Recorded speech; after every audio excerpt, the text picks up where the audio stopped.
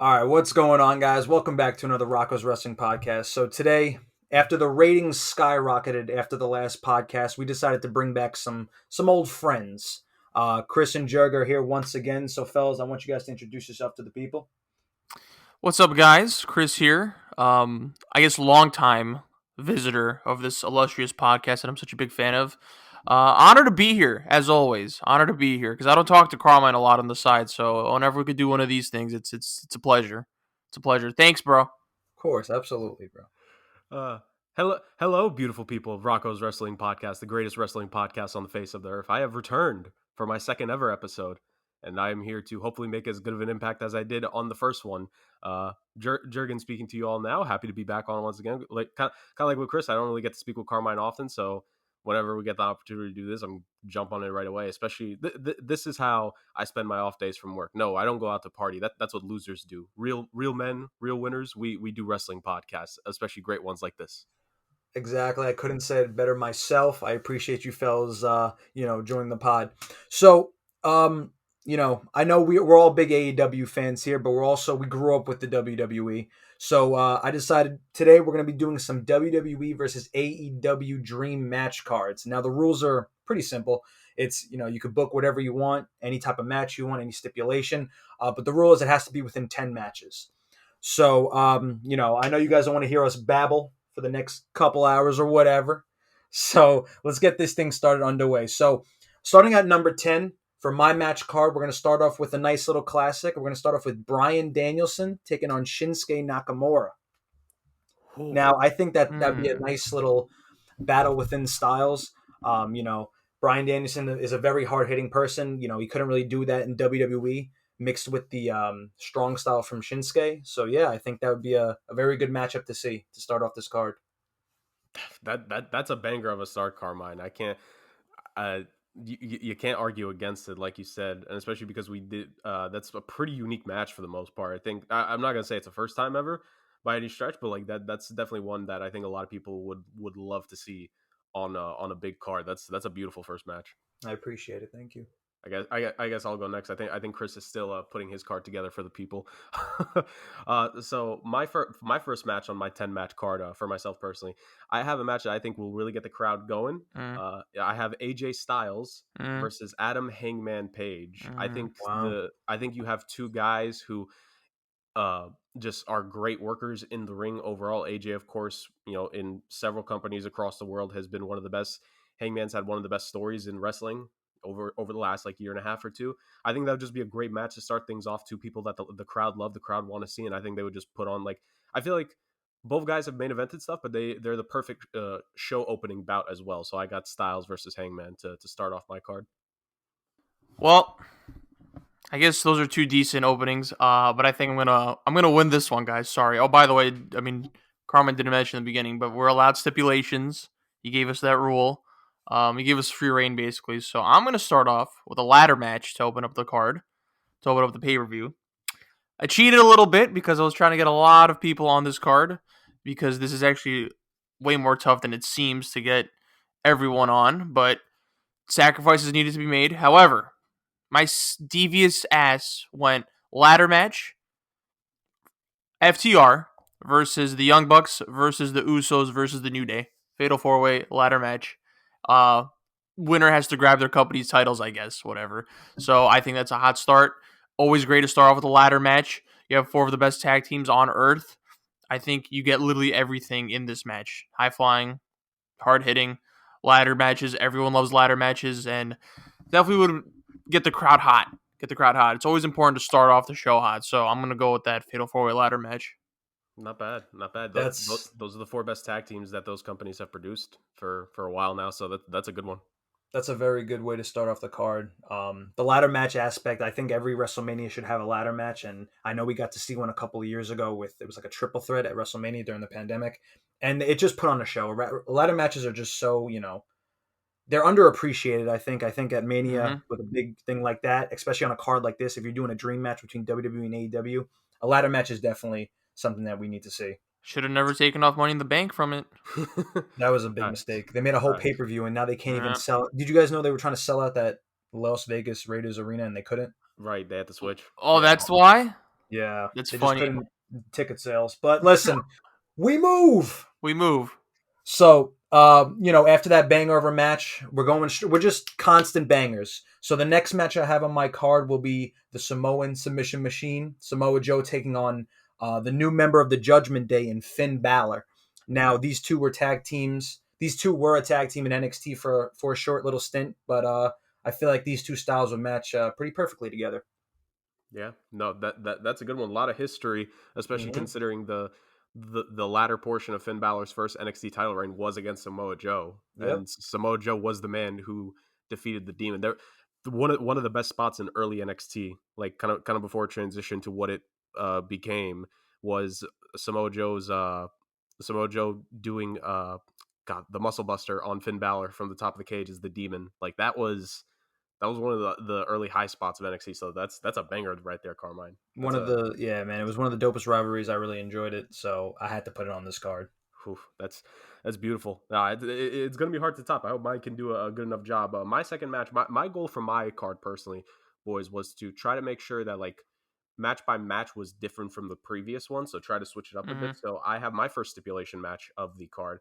I have a no disqualification match here between two guys that I think leading up to the match, I think it's going to be a war of words between these two. I got Eddie Kingston versus Kevin Owens. Oof. I know Mm. I know Eddie Kingston is. I think he's a little bit underrated. I think a lot of people may not expect him to be the person I would have put up against KO, but I just think War of to sell a match. I think the two of them jawing back and forth, even during the match, because KO is very infamous for that. I think would be great. And I just think the two of them, they could like Kevin Owens has shown us he could be extreme. Eddie Kingston as well. Like I think the two of them will just put on like an absolute barn burner of a no disqualification match between them. So that's my second match of the card. Following a good technical match between Styles and Hangman, just give me all the weapons and all the rules out the window with KO and Eddie. That's very good. I would really enjoy that. I would love to see Eddie Kingston just talk banter with Owens. Yeah, those are the two best shit talkers in the game of wrestling. So, like Jurg, I'm also a proponent of tactically placing matches on the card. Hmm. You don't want to overdo the stipulation matches all at once. So, since we start off with the ladder match, we're gonna go with a good old fashioned one-on-one wrestling match afterwards. So, I got I guess a feud that didn't happen. Like it was a feud that should have happened, but he left before this could come to fruition. But he did train him, so I think the story is there. I'm gonna go Cody Rhodes versus Hook, my boy Hook in Wow. AEW. Had to get him in the card. That's my guy right there. I think there's the story's there because I believe Carmine Cody Rhodes trained him. Yeah, I mean, if he didn't train him, he got trained by his father Taz. So listen, that's still pretty good. I always heard on commentary that Cody Rhodes is helping train Hook, so I'm gonna take that for what it is. And so I think the story's there. It was I wanted to like get Cody Rhodes on the card, but I wanted it to make sense. I Mhm. also didn't. It was hard to book him because like he already had a lot of matches with a lot of talent on AEW, so I wanted to book him against someone that he hasn't faced yet. And I thought, why not just put him against Hook because the history's there. Plus, these two would put on a banger of a match. Like they're both solid wrestlers. Hook coming into his own. Cody Rhodes, we already know what he does. So yeah, Cody Rhodes versus Hook on my second match of the card, and I think it's a good change of pace after that Fatal 4-Way ladder match that I had opening. Yeah, that's a good second match. You start off the crowd hot, bring them down just a touch, but still a match they'd be interesting to see with a good story as well. I think that's a perfect second match to have right after how you started. Thank you, Drew. And also, it's like AEW, the AEW crowd. They're a very niche fan base. They love pro wrestling. They're not like the sports entertainment aspect. So they already fully behind Hook. They love him every time he comes out with some banger of a music. I mean, he has everything it takes to be a superstar for that company. And then I'll be honest, I actually forgot. I ended up putting Cody Rhodes on the card, but I actually forgot he was in WWE because so I had to take off one of the WWE guys, and we'll get to that later down the card, and I'll let you guys know when I have to Copy. put one. So I have two women's matches on the show. Spoiler alert, Nice, and this nice, is the nice. first one. It's like I said to Chris and Jurg, earlier. I want this to be basically like a Survivor Series, but between WWE and AEW. So we're gonna have a 5-on-5 women's elimination style matchup. So representing AEW, we have Athena, formerly known as the Ember Moon, Jade Cargill, Thunder Rosa, Tony Storm, and Hikaru Shida taking on the Team WWE, which is Asuka, Becky Lynch, Bianca Belair, Alexa Bliss, and Rhea Ripley. Now, I think all these women combined, like they can have some banger matches. If WWE and AEW ever did a cross promotion, style of show, I think these matches would would blow the star ratings out of the water. I think there's a lot of different types of wrestling styles that they can mesh together really well. So yeah, I think that's what I decided to do there. Not bad. I mean, you both sides, especially AEW, have been trying to push the women's division for a while here. Mm-hmm. And I think with what you do there, Carmine, is that you get the best talent of the women division, on the card in one match, and Yep. you could just let them go tit for tat, and you get a little bit of a dream scenario in the 5-on-5 because you could do the whole spiel where everyone gets like 2-3 minutes of a 1v1 before they tag out.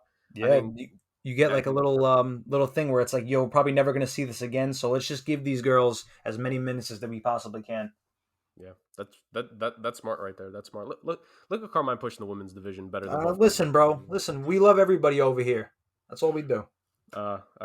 Absolutely, absolutely. So, like these two gentlemen going into this, I was very much looking at, how many tag matches, how many women's matches am I going to put on my card? So I have two tag team matches on my card here. I'm going to go with my first one. This is just going to be a regular match following my no disqualification, and I know I am fully confident these two teams are going to put on just an absolute barn burner. I have the Revival versus the Usos in a straight up 2v2. We didn't get to properly see these two teams feud in WWE. They had a couple matches. They had that mini feud where it was just the Usos making fun of the Revival and making them look bad on TV. That's not what we're going to have here. We're going to do this right. The Revival are going to be the hard hitting, no BS tag team.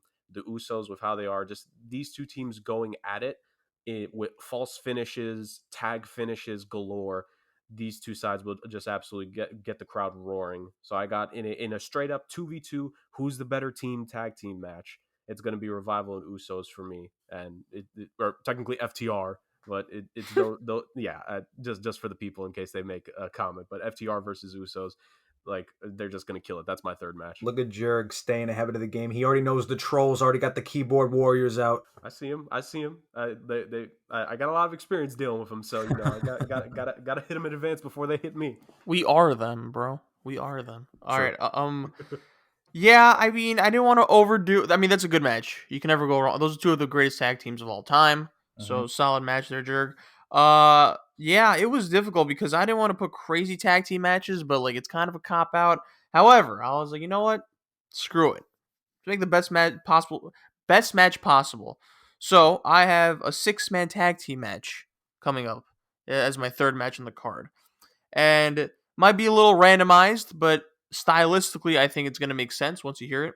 So, representing Team WWE, we got Ricochet, Mustafa Ali, and Rey Mysterio going against Pac, Sammy Guevara, and Dante Martin. Ooh. So, we got just high flyers everywhere. This would be a crazy spot fest, just suicide dives, hurricane ranas everywhere. And I think Ricochet and Mustafa Ali, I think they've had like, have they been a tag team yet, Carmine? I know they've wrestled. I'm not sure if they've actually been a tag team. I wouldn't be surprised on like main event, but I don't really watch main event. I'm not gonna lie to you guys. Yeah, so like they're kind of yeah. So then you just pair them with Rey Mysterio. I just think this is a great match for everyone. High flyers everywhere, just entertainment value all around. Absolutely. I'll tell you one thing though, that if that match, if I ever seen that on Rampage, give them the whole hour. I would love to see that. Hell yeah. That's a good one. All the high flyers in one match, and Pac I think brings a little bit different because he's a bit bigger, at least Yeah, he's muscle huge. compared to them. Mhm. Like he brings he'd be the nice change of pace where he would be more physical to the rest of them, where Dante and Sammy can really work. I think Ray and Sammy in a ring together could definitely that could be a great match, a little passing of the torch moment, depending on how you want to make book the finish of that match, Chris. I think there's a lot of potential there. The amount of springboards we would see from Oh Dante man. Martin and Ricochet alone would be astronomical, fellas. So we're moving on here. Now these two former people were in the Shield. We're gonna have John Moxley taking on Roman Reigns, obviously with his advocate Paul Heyman in his corner. Um, I think this style will be very good. Two former brothers battling it out with totally different personalities. You have John Moxley with just like this rugged, just professional wrestler. Then you have the tribal chief Roman Reigns. I think it's basically like one came from down there, one came from up there. It's like the two styles meshing. I think would be a really amazing storytelling match. You can also put the whole Shield storyline in there to get like the the old OG fans in there. So I think that would be a good one to watch. Oh, absolutely, Carmine. I think you hit the nail on the head. You have the history between those two, but this would be a different match because they've both completely metamorphosized into two different characters from what we have seen them in years past. I like we haven't seen this Roman take on this Moxley, Yeah, so and I I think think that's perfect. Roman's. Yeah, Jerry. I'm sorry. I don't want to cut you off. I think Roman at this point is the best he's ever been, and I think Moxley's in the same way. Dean Ambrose, the old Roman Reigns, it just didn't work. But now with these two styles meshing, I think it would be a great match to see. You hit the nail on the head right there, brother. That's pretty Got early in the card, though, Carmine. Honestly, so like you guys said before, I have two stipulation matches, and like I have that right in the dead center of the card. So it's like there more better matches are coming, and I want you. I hope you guys are excited to All hear right, that. We got. okay. Oh he, yeah, he's teasing the people. He's getting us excited for it. So yeah, bro. perfect. Let's not waste any time then, man. So let me continue with my fourth match of the card. Going back to a little bit of one on one. Again, this will be a match where I think on the mic these two guys could go at each other. Maybe not maybe not the two people you would expect to go at each other, but I just think one on one in ring, I think this would be a great match. MJF versus Randy Orton. I think the Mm. two of them, you have the two best heels that we've seen in both companies in a while. I think we've seen Orton's best work has always been as a heel. Granted, his face run recently has probably been the best face run he's had because him and Riddle just have that chemistry together on screen. But I think Orton just being as vicious as he can be going against MJF, and we've seen MJF go in war of words against a bunch of people, and this is a chance, and he'd probably say this if they actually did end up feuding, is that it's his time to be the next legend, and he will kill the legend killer. I think Mm. right there, That's a good storyline right it there. sells itself. I think MJF versus Randy Orton. I think again underrated match. I don't think a lot of people would maybe think that in terms of dream matches, you wouldn't maybe MJF and Orton wouldn't be the first two like you match up against each other. But I think a very underrated match between those two, I think it would be great.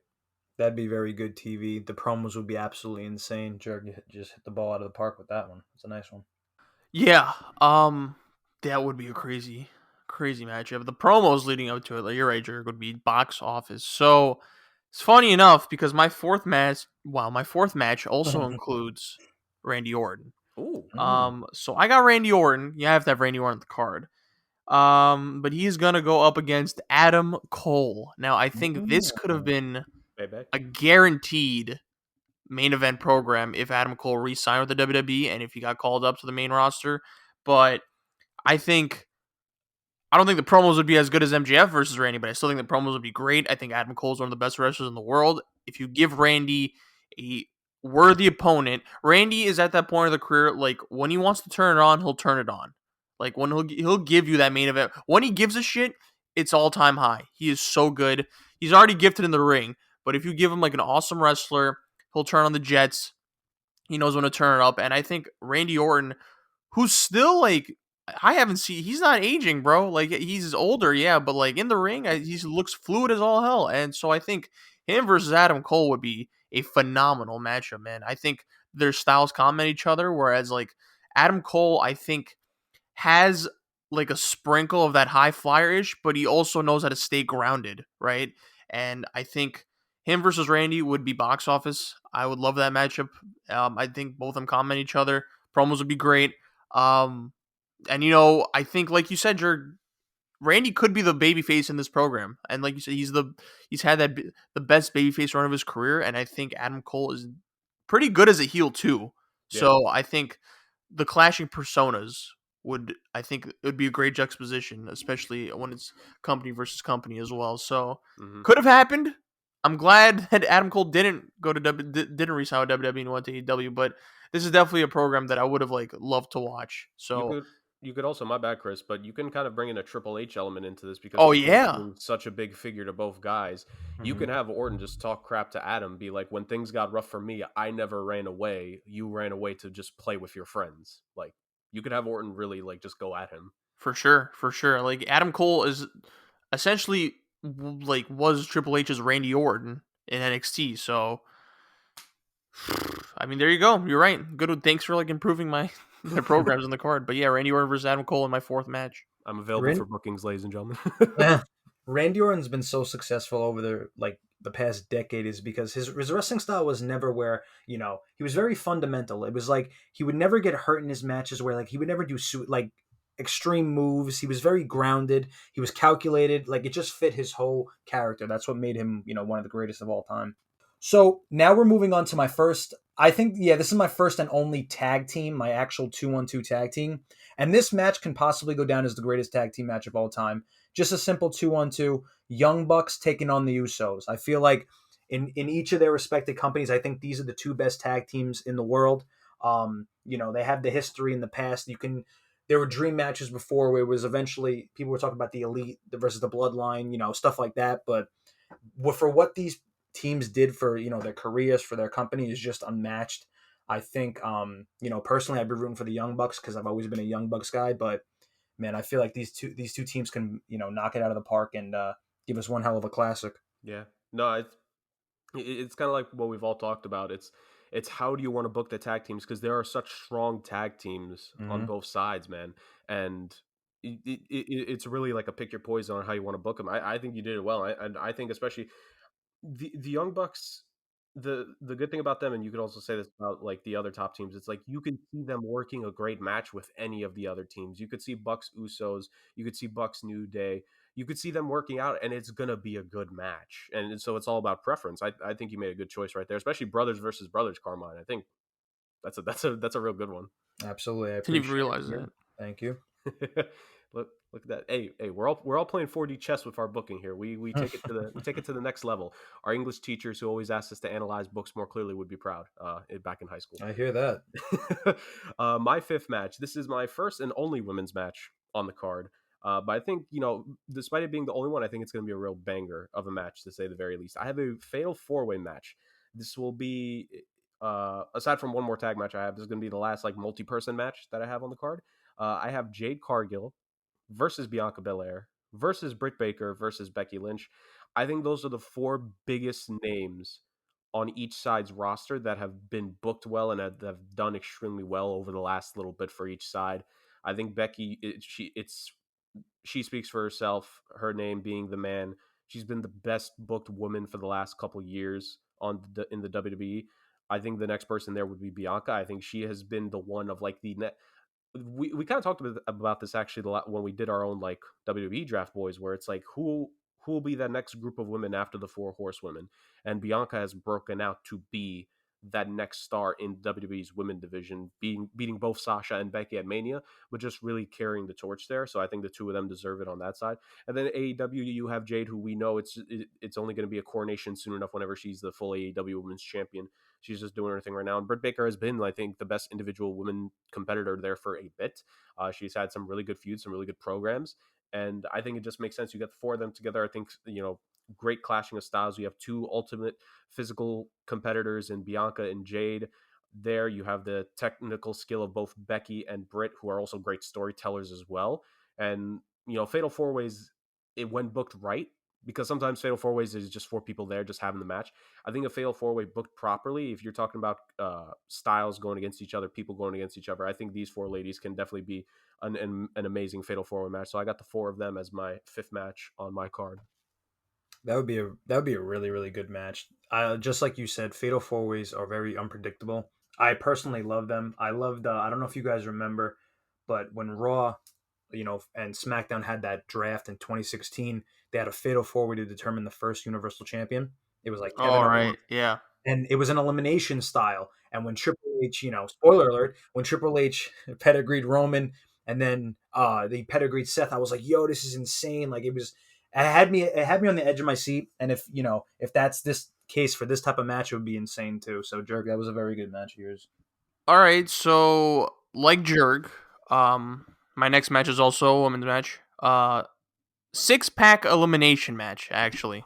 Okay. So I was also interested in including the cornerstones of women's wrestling in both companies, but I want to add a little twist. So we got Britt Baker versus Jade Cargill versus Athena versus Charlotte versus Becky Lynch versus Liv Morgan. So I think both companies have their staple women's wrestlers, and then you have those two like kind of, I know Athena just got there, but they're like those two like likable baby faces on the roster already.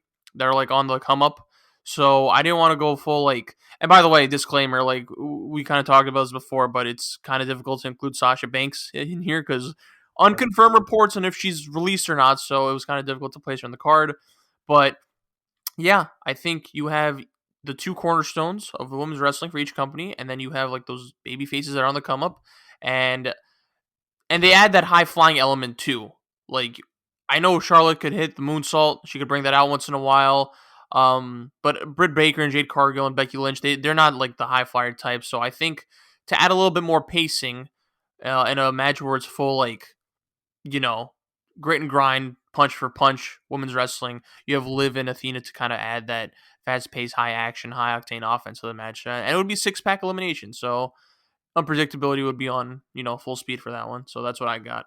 That's a good one. I don't blame you at all there, Chris. I think you said it yourself. It's the women who have been the most prominent, combined with two up and comers when if booked right, and that's a big if, but if booked right, both Athena and Liv are those underdog baby faces who the crowd will cheer for, uh, to get the win against the heels. So I think you did a great job with it right Thank there. you. Without a doubt, I will say in regards to Charlotte's moonsault spot, the good thing is that it's actually workers that will be able to A, catch her, and B, will also help make it look good. Because if it's Ronda Rousey or Nia Jax on the other side of things, that moonsault spot is just a dud. So Well, it's good. It's a you good pick the thing right one of them's workers. gone, right? Um, so yeah, Chris, that was a really good one, man. I really enjoyed that just because it's like, yeah, like Jurg just said, unpredictability. You never know exactly what's going to happen, and like, hey, Jade can pull it out, and Jade's on a run right now where she could possibly be the biggest star in AEW, both women and men wise, because she's on a what is she 33-0? Like, if they're giving her that old Samoa Joe TNA run or the Goldberg WCW thing, she could be a massive star. So I'm really enjoying that. I like the card so far, fellas. We're about halfway through. So, like I said, this is where it starts to pick up. So, in my first stipulation match, we're gonna have Adam Cole taking on Kevin Owens in an unsanctioned lights out match. Now, I feel like these two are actually very close friends. They had history in PWG with the Young Bucks. I don't know if you guys remember that iconic picture of Cole with the Ring of Honor title, Kevin Owens with the Universal title on the bed.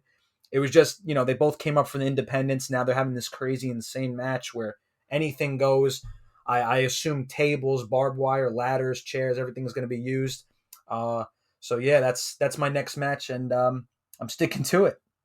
Nice. No, that's a good one, and I think the thing about that match, Carmine, is the chemistry. You don't have to worry about it. No, I think when it comes to fantasy bookings, I think, and while we always have thoughts in our head about how great matches can be, it's all about the workers and if they can make it work. And I think if there is any two workers between those two companies where you have to bet your money on, you put them, and even if they have to call it, as it's going, that they'll be able to pull it off flawlessly.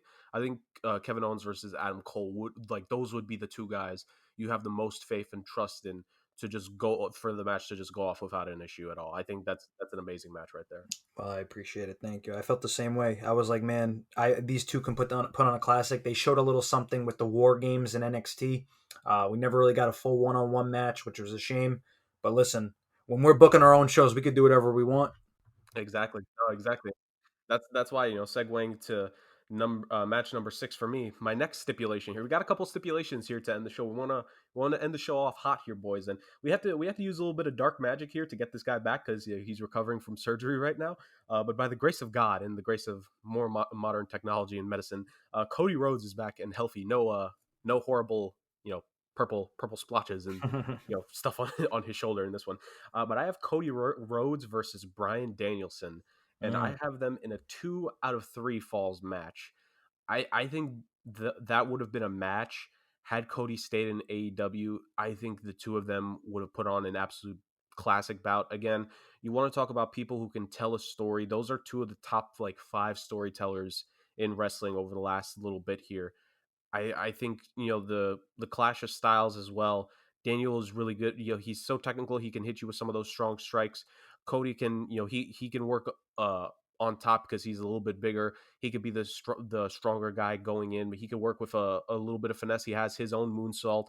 He's got some skills. Like I think the two of them would just put on like a good wrestling match and you want just a clean 1v1 wrestling match, these would be two of the guys that I would have in there, and just 2 out of 3 because why not? Let's we don't need a trilogy. We'll save it for we'll put it all in one here, and it won't be finished 2-0. We will have a third fall. I'll say that much Nice. Nice. going into it. I promise you that. I like that. Yeah, yeah, a wrestling purist stream.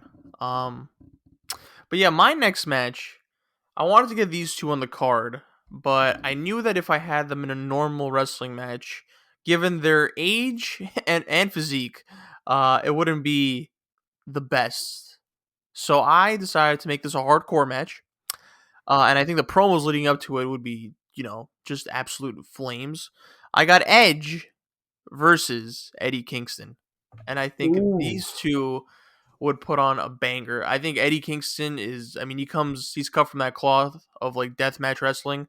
Edge has dabbled in hardcore matches, obviously in the past.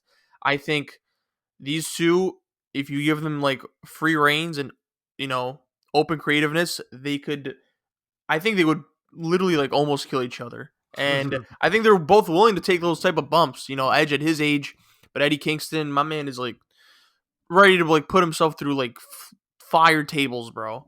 Like he is just, I like Jurg said. I mean, this is technically almost, this is pretty similar to Jurg's match with Eddie Kingston earlier in the card, where he had a no DQ match. But I went full hardcore here, and I think Eddie Kingston and Edge. I mean, the promos would be insane. They would be absolutely insane. I love Eddie Kingston. I think he's absolutely underrated. Um, Again, I know Edge is on the lower side, but I also think Edge is. I still think he could carry himself in the ring enough to a point where it's a good match. But because it's stipulation, he wouldn't have to do that. Obviously, you take more punishment, but it's not like it has to be like a full wrestling match to enjoy it. So I think the no rules aspect of this will increase the intensity. Um, I, would there be fire in this match? I I Not mean, mean, sure. if you're pulling it back to the WrestleMania 22 with Mick, you That's got what I was yep. thinking, but like I don't want to kill Edge. it. Yeah. So you So still put Eddie through the table. I mean, yeah, I guess I'll put Eddie through the table on fire. But yeah, those two, Edge versus Eddie Kingston, I think would be a box office feud. That's Oh yeah. definitely something I would look forward to. Absolutely. Yeah, no, I think you got it right there, and I think also it would be a chance for us to see something we just haven't seen that much out of Edge in a while, and that's that uber aggressiveness. I think we saw pockets of it when it came to the whole Roman feud with Yeah. going into that Tampa WrestleMania, the proper Tampa WrestleMania, that eventually became that triple threat. We saw him be very aggressive with concertos, with taking out the bar from the steel chair and like using it in the submission hold. I think like stuff like that, like, and I think Eddie's a great worker to bring out that aggressive side of Edge. And I also agree with you, Chris. I think like to best use Edge, I think it needs to be a no disqualification match for against a competitor like this. I don't think Mhm. I don't think you picked the wrong stipulation there at all. I think to really get the best out of Edge in this case, depending on the worker, I think that's the perfect match type right there. Thank you. Yeah, I definitely agree with Jurg because I listen. It's maybe just my opinion, but if it was a normal one-on-one match between Edge Oh and God. Kingston, I'm not sure I would be that interested. But listen, man, Eddie Kingston and Edge can both sell me on anything. True. So they can wrestle a broomstick, and I'll be excited. True. So my next match is my final women's match, This is, and by the way, this is match 7, I believe, right? yeah, let me just Okay. double check too. Yeah. So Okay. yeah, we got 3 more after this. And to me, you can't have a company versus company match if you don't have the 2 best women in each company just fighting it out. So I have Britt Baker taking on Charlotte Flair. Now, Makes sense. this is my opinion, and you guys don't have to agree with it. I personally think Charlotte Flair is the greatest women's wrestler of all time. I think her match and her resume speaks for herself. I understand that she was pushed to the moon, but I mean, is there anybody during that time where it was more believable? You have, she's coming from her father, Ric Flair. You could say the same thing about The Rock with, that legacy. You have, look at Roman Reigns. I mean, he's main evented how many Manias? 8 or something like that. So, and, Britt Baker is probably, to me, the best women's wrestler in AEW. Her title reign, was really good. She put on some really good matches with Rosa. I really wanted to see her versus Athena. I think that would be good. But yeah, that's my final women's match, and I think that would really blow the roof. I think it would have the fans pretty divided. Right. I don't blame you, Carmine. I'm not going to disagree with anyone that wants to make Charlotte the greatest women's wrestler of all time because there's a case for it. It can get annoying with how much they do push her, Understandable. but it, at the same time, she can back it up. Yeah. I think the only thing that people would bite back for is like recently here. I Mm-hmm. don't think she's done her best work in a little while, Oh God. and I think that hurts. We're not going to get an all time discussion. I'm not here for that. Yeah. But like, I just think for a little bit now, it hasn't been her best work. I can't pinpoint when, but it like this is how I describe it. There's a difference to me between the heat of I'm buying into your performance as the heel and I want you to lose versus I don't want you on my TV screen. You're making the show worse for me. I think it's been like that for Charlotte for a little bit now. And it has nothing to do with how often she's winning the championship personally. It's just her promos haven't been good for a while. Just sometimes her mannerisms in the ring. Like I don't know, like that's just my vibe. But I don't disagree with your statement at all. She deserves to be in the conversation. And I think between her and Britt, I mean, people have wanted to see Britt Baker babyface.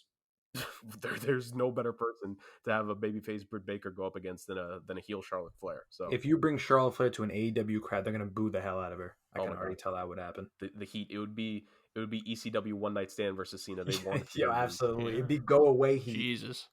Oh man, hey! Once again, 4D chess. Carmine's the king of it right now. So we're doing our best here. And gentlemen, when it comes to taking on a king, the only person that has a chance to properly dethrone a king would be a prince. And I have we're getting a little bit. We're going back to the dark magic here. I have the Demon King Finn Balor against AEW's Prince of Darkness Aleister Black. Yep. And Ooh, I think spicy. I think the build goes like this. I'm not going to be too long winded. A regular Finn Balor wins a match against whoever the hell. Lights go out, comes back. Balor's down. Black stands over him. Next week, Black just says that he's disappointed in Finn that he hasn't properly embraced his dark side in a while. That he knows Finn can be one of the deepest, darkest, most badass people in the ring if he chooses, but he chooses not to. He just wants to be smiley little Finn Balor, and he just wants to have that stupid smirk on his face. And I think Malachi Black, for you keyboard warriors, he would be the one to bring the demon back out. Finn Balor hasn't done it in a long time, nor should he. I think the demon should be a special attraction. We'll see if they end up using the demon here in real life very soon for a big match. But I think Malachi Black being the Prince of Darkness for AEW would be the perfect person for the Demon King Finn Balor to come out, and then it would just the ambiance of it, the entrances. I think that would be the biggest part. I think the match itself is good. Like I don't think it's probably not the most spectacular one I've put on the card, but I just think like the theatrics around it would be like the most entertaining portion of it because those two entrances, it'll be great. Might take longer than the match. Yo, seriously, yeah, that's a fact. It's also, Jared, the one thing I like about this match also is like the storytelling would be great. It's like on both sides, you have two of these dark figures. And it's like you can even have like maybe Judgment Day interferes, and then you can have the House of Black interfere. Like it'd be kind of dope. I think that would be a very good match to see. Pre-show match, Judgment Day and House of Black, right there, baby. There's our pre-show. All right. So I cheated a little bit here, fellas. It's not a match, but I wrote down a segment that I would have with these people. Okay, This is a segment. Too much wrestling. I just wrote down a segment. Fair. I would have in the segment just banter, whatever they want. I would have MJF and the Acclaimed in the same ring with the Miz, Dolph Ziggler, and Bobby Roode. Just talk shit to one another. Those six. I think you had to have MJF and the Miz in like some capacity, and I didn't want to put them in a match that was a little bit too cliche. So I was like, you know what, let's put them in the same promo together. I think Max Caster with those raps would have, roasted Dolph Ziggler and Bobby Roode, who I think have been underrated actually as a tag team. So The Dirty Dogs. The Dirty Dogs, baby. So I think the banter would have been historic with those guys. But anyway, moving on. My seventh match, I have a tag team match, and I think it's a good one. So I got CM Punk and Bryan Danielson versus Kevin Owens and Sami Zayn. I think the story is there. These are like four of the OG. Well, not actually, no. But these are four of the greatest talents that Ring of Honor has produced. So you kind of have the history there. Punk and Bryan seem to be very close with one another. Kevin Owens and Sami Zayn are best friends. So you kind of have like that. I mean, I don't know if Punk and Bryan are best friends, but they're very close. So you kind of have that best friend dynamic against each other. I think the wrestling would be great. I would have loved to put Punk in a singles match in this card, but Punk's not in his prime anymore, but he could still provide quality. I think if you put him next to Bryan and against two of the other best workers in the other company, in Owens and Sami Zayn, you would have. I think this is a great tag team match here. So I think the story's there. They're all cut from the same cloth. I think the promos would be amazing. You would certainly have Kevin Owens and Sami Zayn do their current shtick now, and you'd have Punk and Bryan be the baby faces, but still be like the anti-hero baby faces where they wouldn't be afraid to roast. But yeah, that's what I got for my 7th match. That's that man. I would really be looking forward to that one. I feel like Kevin Owens and Sami Zayn, their rivalry is insane. CM Punk versus Bryan Danielson, like in WWE, was really really good. So I feel like them four working together that would make a magic match, man. I think that's really good. You could say it's an absolutely insane match right there. Should we end it? Should we end the podcast? I have to take a page out of Chris's book right there. It's okay. I think it's an outstanding match right there. You got best friends on both sides. I think the promos leading up, once again, like a lot of the build to matches is based off of promos. I think Kevin Owens, like again, him being on the mic, he would just claim like the whole time. It's like, you guys think you're best friends, but me and Sammy, we're the best of friends. We're better than both of you. We have the better friendship. Like stuff like that. Like it would just be the funniest thing in the world. So I think just off entertainment value alone, the match is going to deliver. That's a good one. And plus, you can let Kevin Owens and CM Punk just speak their mind, because Bryan Danielson and Sami Zayn, like they're both really good on the mic. But I feel like I'd be looking forward to a Punk versus Owens mic battle more. Yeah. Yeah, and I feel like Kevin can cut pretty deep. So, yeah, it was so good Punk though.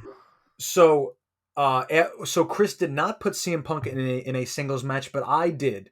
So the next match is these two. Apparently, these two guys do not like each other. From reports, I'm not sure how accurate they are, but I'm going to pretend they are solely accurate. Oh, I know where you're I have going. CM Punk taking on AJ Styles. Oh, I think there was reports that AJ doesn't like Punk. I don't know how Punk feels about that, but like you said, Chris, these two guys.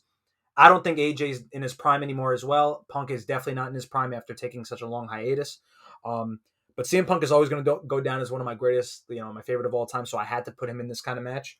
But yeah, Punk versus AJ, I think that would blow the roof off. I think it would be so divided between the crowds, because it's like, yeah, AJ's a WWE guy. Yeah, Punk's an AEW guy. But like, I think both fans would really be clamoring to see this. Yeah.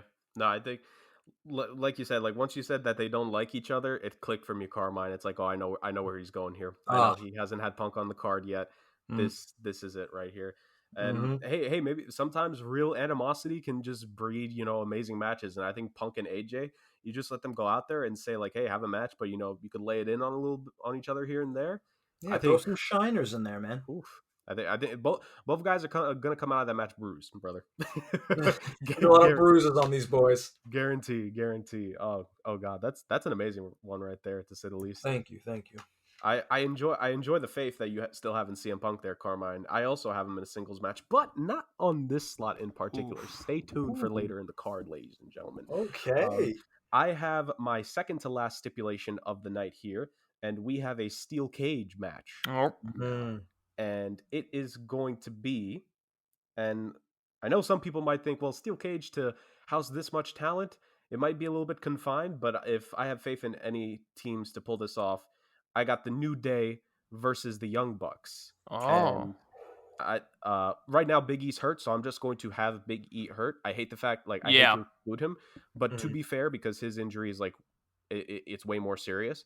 Yeah. I'm just gonna have Kofi and Xavier go up against Matt and Nick themselves. And again, like Young Bucks have proven themselves inside steel cage match before. New Day has shown themselves off in Hell in a Cell. Why not have these two go at it? I almost, for the fun of it, want to have the two of them start out with a segment just talking, and then Teddy Long comes out and makes it that tag team steel cage match, and then just out of nowhere the steel cage just drops from the top. That would be a spectacle. But no, I think these two teams would be great. Like the ability of Woods and Kofi to just pull off spots in the steel cage, and them as a face team, Matt and Nick being the heel team, like just like the match that they had against the Lucha Brothers in the cage. You could pull off that what's at the end of that shoe, the spikes at the end of the special sneakers that they have. You could pull that out for the dirty finish.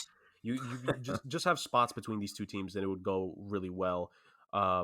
As super kicks of the Young Bucks, Xavier does a super kick. I'm sure Kofi could do a hell of a super kick if you let him. Like I just think that it would be a good match, and that's my second tag team match that I have between these two sides. And I think, like I said earlier, Young Bucks can go up against either Usos or New Day, and they have a great match. I think this was my version on it. I got them going up against the New Day. I like that. Very good. Yeah, be a solid match. Steel Absolutely. cage too. A lot of spots. All right. Okay, so I was contemplating whether I should make this my main event, but I decided to make it my third to last match actually, because I do think if you have like two main events, it should kind of like be separated between a match in between them. No disrespect to the match in between them, but I do think there should be a little bit of a gap. Mm-hmm. So this is my 8th match. I don't even need to say much about it. I got Kenny Omega versus AJ Styles. Mm-hmm. This is the dream match everyone has always wanted. I think Carmine said it, like AJ Styles may not be in his prime, but AJ Styles not in his prime is still better than 90% of the wrestlers out now. So this is, and like we saw the match between Kenny Omega and Bryan Danielson in Queens, New York, like a few months ago. I think hometown of Queens, and I think Kenny Omega versus AJ Styles would just be an absolute dream match. I still think it could be a 6-star classic in Dave Meltzer's standards, but I know AJ hasn't put on, because I remember I was watching him versus Edge at Mania, and what a letdown that was. I think if you give him a Kenny Omega, you're getting the absolute banger of a match. So I think this is a dream match for any wrestling fan. Mm-hmm. But the story's all there. Both New Japan, both Bullet Club dudes. I think they both came up from Ring of Honor as well. Both made their names without WWE. I know AJ Styles is there now, but everyone kind of knew about AJ Styles before WWE. So these are two guys that have established themselves in wrestling history without being a WWE guy primarily. So AJ Styles versus Kenny Omega, dream match that everyone wants. That's my third to last match. Oh, wow, all these cards have been really good. I would love to watch all your cards, man. AJ Styles versus Kenny Omega would be absolutely something special. I was really considering putting that on my card as well, but I just couldn't, just because I want to see Punk and AJ a little bit more. But yeah, Chris, that was a really good match, man. I would definitely be looking forward to that. I know a lot of people would as well. Yeah. Story-wise as well, Omega, my bad, Carmine, but no, go ahead. Just Omega being the person who technically by story kicked AJ out of New Japan. That's... Yeah, Jurgen's just bringing up facts. I didn't even think of that. I forgot about that. So my next match, it's going to be the big blow-off. It will be Team WWE versus Team AEW in a 5-on-5 match. So representing Team AEW, you have the Wizard, Chris Jericho. Of course. Hangman Adam Page. Of course. My man Keith Lee and FTR. Taking on... Now, okay, I have Drew McIntyre. All 3 members of the New Day, which is Big E, Xavier Woods, and Kofi Kingston, and Cody Rhodes. I had Randy Orton in this spot, but like I said in the previous, probably 20 minutes ago, I forgot Cody Rhodes was in WWE because of the injury, like Jurgen stated before. But yeah, so it's Jericho, Page, Lee, and FTR taking on Rhodes, McIntyre, and all 3 members of the New Day. I think this is it, man. This is brand warfare. This is I feel like the best guys that are left. Besides my main event, which we'll get into. I'm very excited to tell you guys that one. But yeah, I feel like, this 5-on-5 would be absolutely insane. FTR, like Jurg had before, is one of the best tag teams. New Day is as well. You have the 2 big guys between Keith Lee and Drew, and then you got Cody and Chris. You can have like a little, you left us, but you left us kind of thing. You know what I mean? Oh yeah.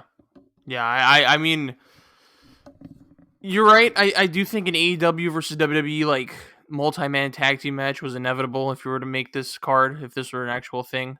I think Chris Jericho being that, you had to have Chris Jericho at the forefront of that, because you can't have Chris Jericho in a singles match here because he's kind of also past his prime.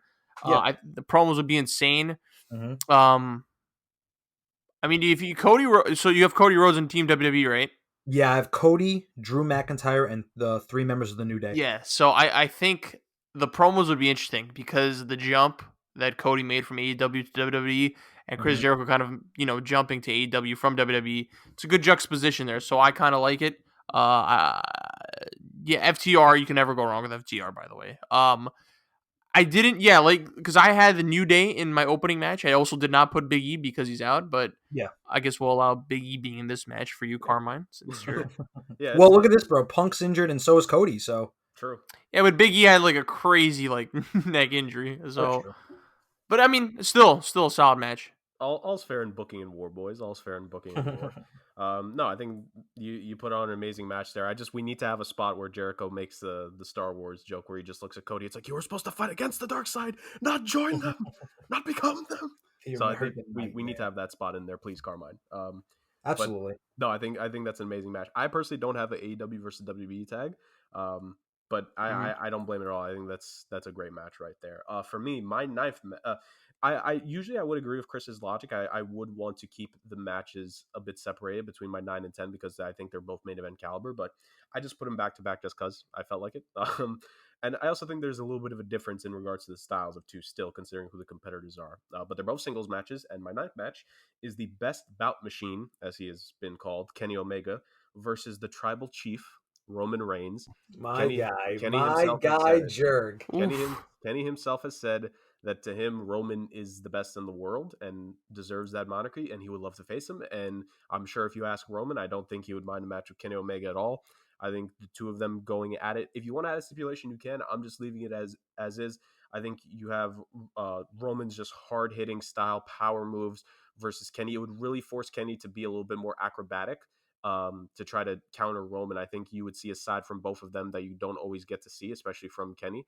I just think the two of them could mesh well in the ring. I think between two guys like on paper that you would want to have a great match. I think these two, like you could see it clicking based off of how they could work, and that's how I have it.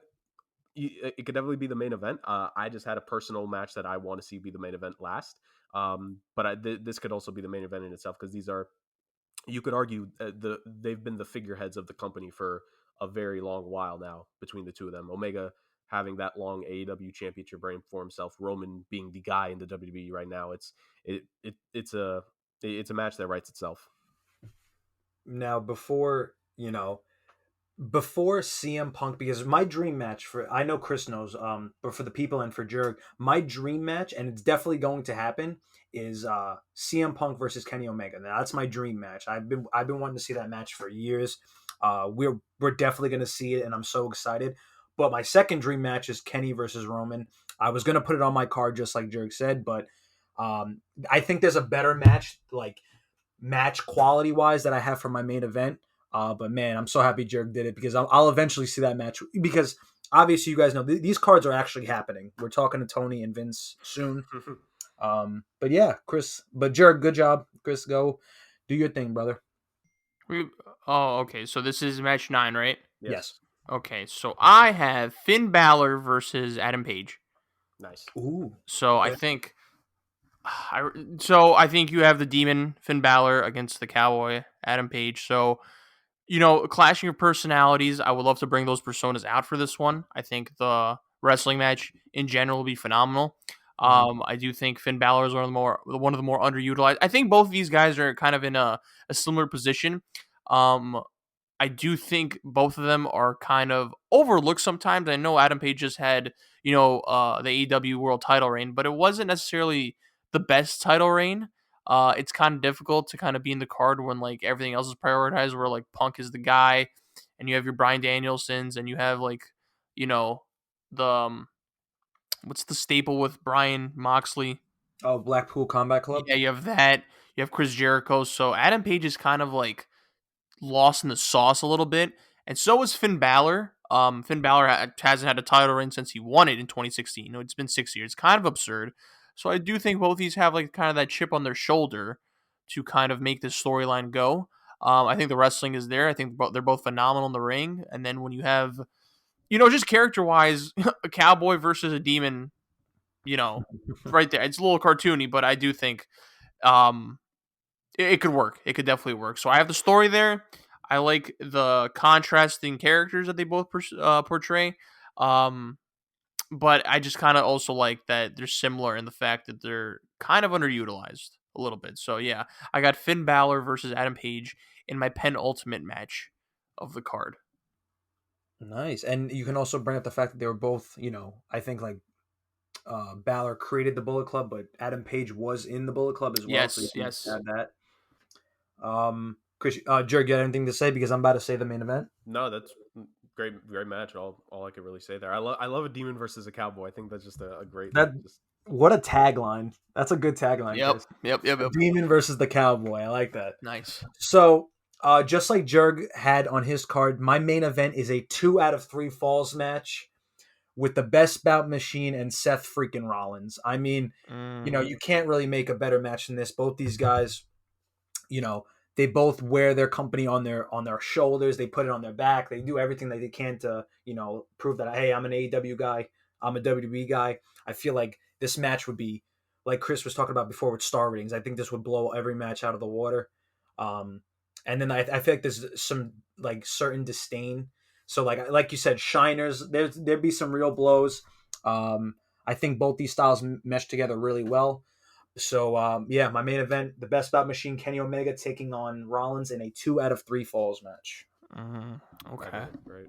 That's like you said it. You say it yourself. Guys that wear it on their sleeve. Omega has really wanted to be the anti WWE guy, and we've seen literally Rollins on Twitter defend the company on a number of occasions. Yeah, annoyingly so sometimes. By the way. Yeah, no, Don't I bring up think your paycheck, Seth. Don't do that. Yeah, what a that was a loser move by That's Seth. cornball. That's a cornball move. yeah, no, but no, you got it right there, Carmine. That's an amazing match, right Thank there. you, brother. I appreciate it. Definitely main event worthy. Chris, you have anything else to say about his main event? No, I was gonna go Kenny versus Seth as well, but I feel like Kenny versus AJ is kind of like more long awaited, just because there's Yeah, more history there. that's like the fans' dream right there. Like Yeah, Chris said, yeah. but I mean Seth is at the top of his game right now, so it would definitely be it would definitely be. I think it would be a better match than AJ versus Kenny. I think off rib, just because Seth is kind of like in the prime right now. Yeah. Right, right. So we'll move on to my 10th and final match, my main event, my last stipulation here. I have a Iron Man match between two guys that have said that they can go the distance, between two guys that have claimed themselves to be Iron Men before. And this for me has been a long time coming, and I really wish we could get this match. And who knows, maybe we somehow might, but I don't think we will. But Seth Rollins versus CM Punk. I think the story writes itself, and it just comes back to me to that picture when Seth was holding the NXT title and CM Punk was holding the WWE title, and that looked to be the match of the future that could main event a WrestleMania. And it obviously never could. We never got that chance. And I just think the way that these two can cut deep to one another would just be amazing. I think Seth, you want to talk about promo work and what a guy can do with a story. Seth can literally point out, it's like Punk, you like, and he can give Punk the credit of, yes, you went on a little podcast and you said how you were the guy that got the revolution started. Well, you're right. And I took what you did and I ran with it and I did it better than you. So if you're the best, CM, then what does that make me? I stole the main event of WrestleMania that you could never get. I've main evented the biggest show of the year. I've won the championship. I've carried this company. That they believed in me, that they never believed in you. It's all there. And I think the two of them just in an Iron Man match, let them go at it and let it be decided, most likely 30 minutes. I don't think we could get an hour Iron Man match. I think that's of a bygone era. But even 30 guaranteed minutes of CM Punk versus Seth Rollins, I think would be amazing. And again, the way I would book it, it would be a low scoring Iron Man match. It would be like 1-0, 2-1. Maybe we go into sudden death like we did with Brett and Shawn, where the next fall has to win.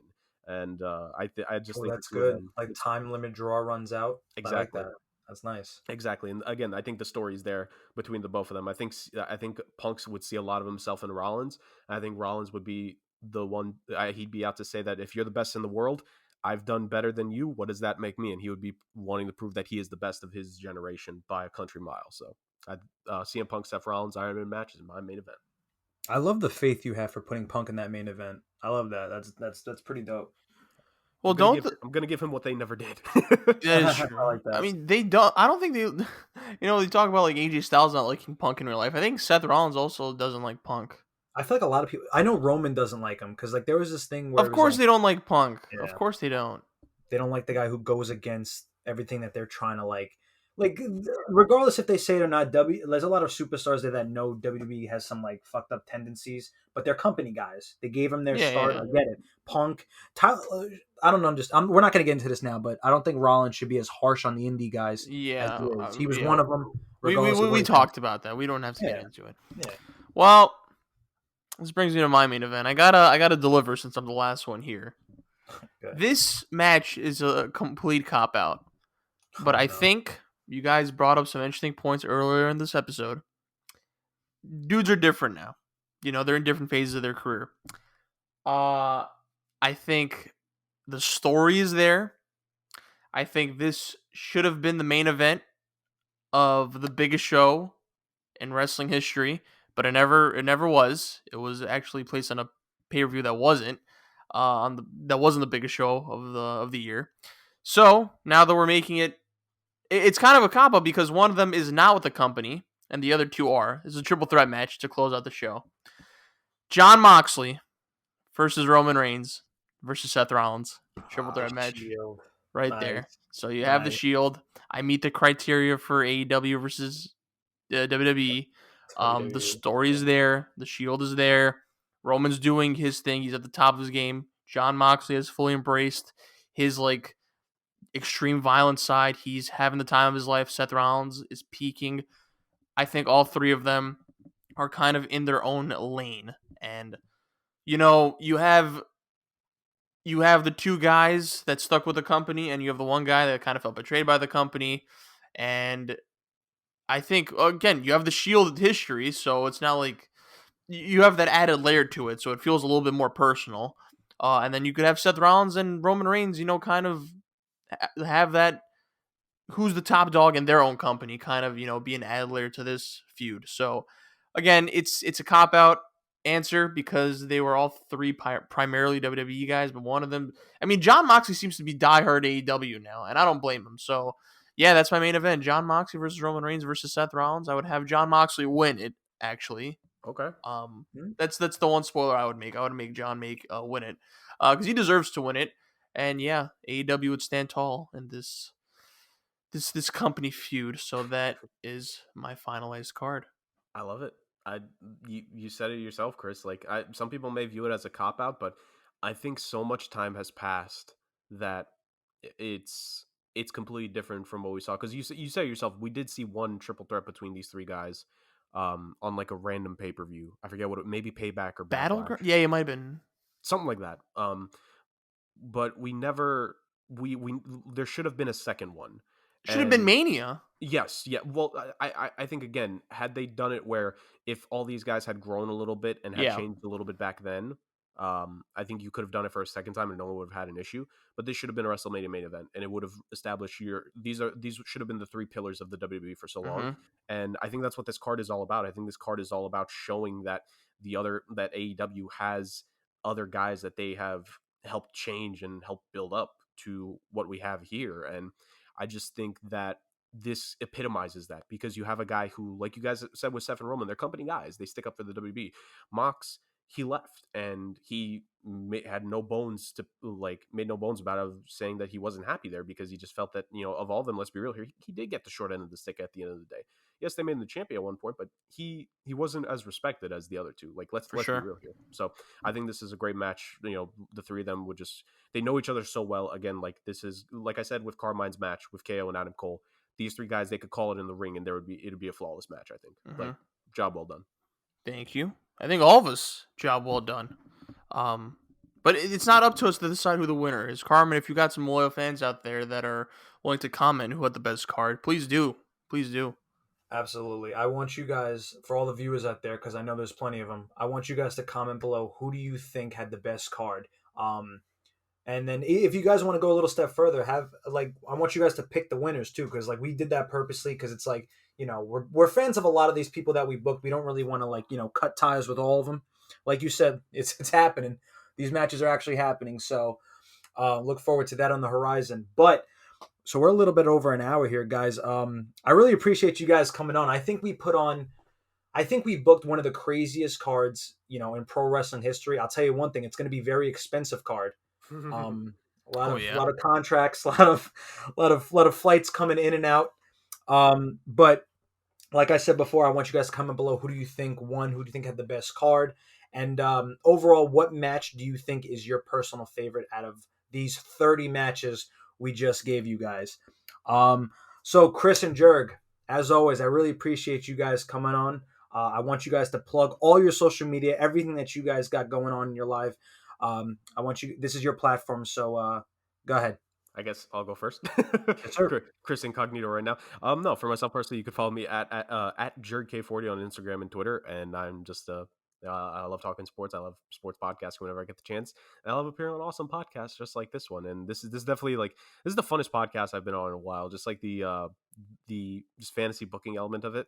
I think it's so unique. I don't really do wrestling podcasts. This is only the second one I've ever been on, so two for two here on the show. But yeah, it's a whole hell of a lot of fun. I do a podcast with Chris that if the people want to listen in and see the other side of sports, it's the Somewhat Sports Podcast on YouTube and also on Spotify now. So we have fun there, and we have our own one-on-one every single week whenever it's the three of us, because Dame and Chris always end up having a little bit of show us a little bit of a feud that might end in a WrestleMania match one day over Let's there. book that one.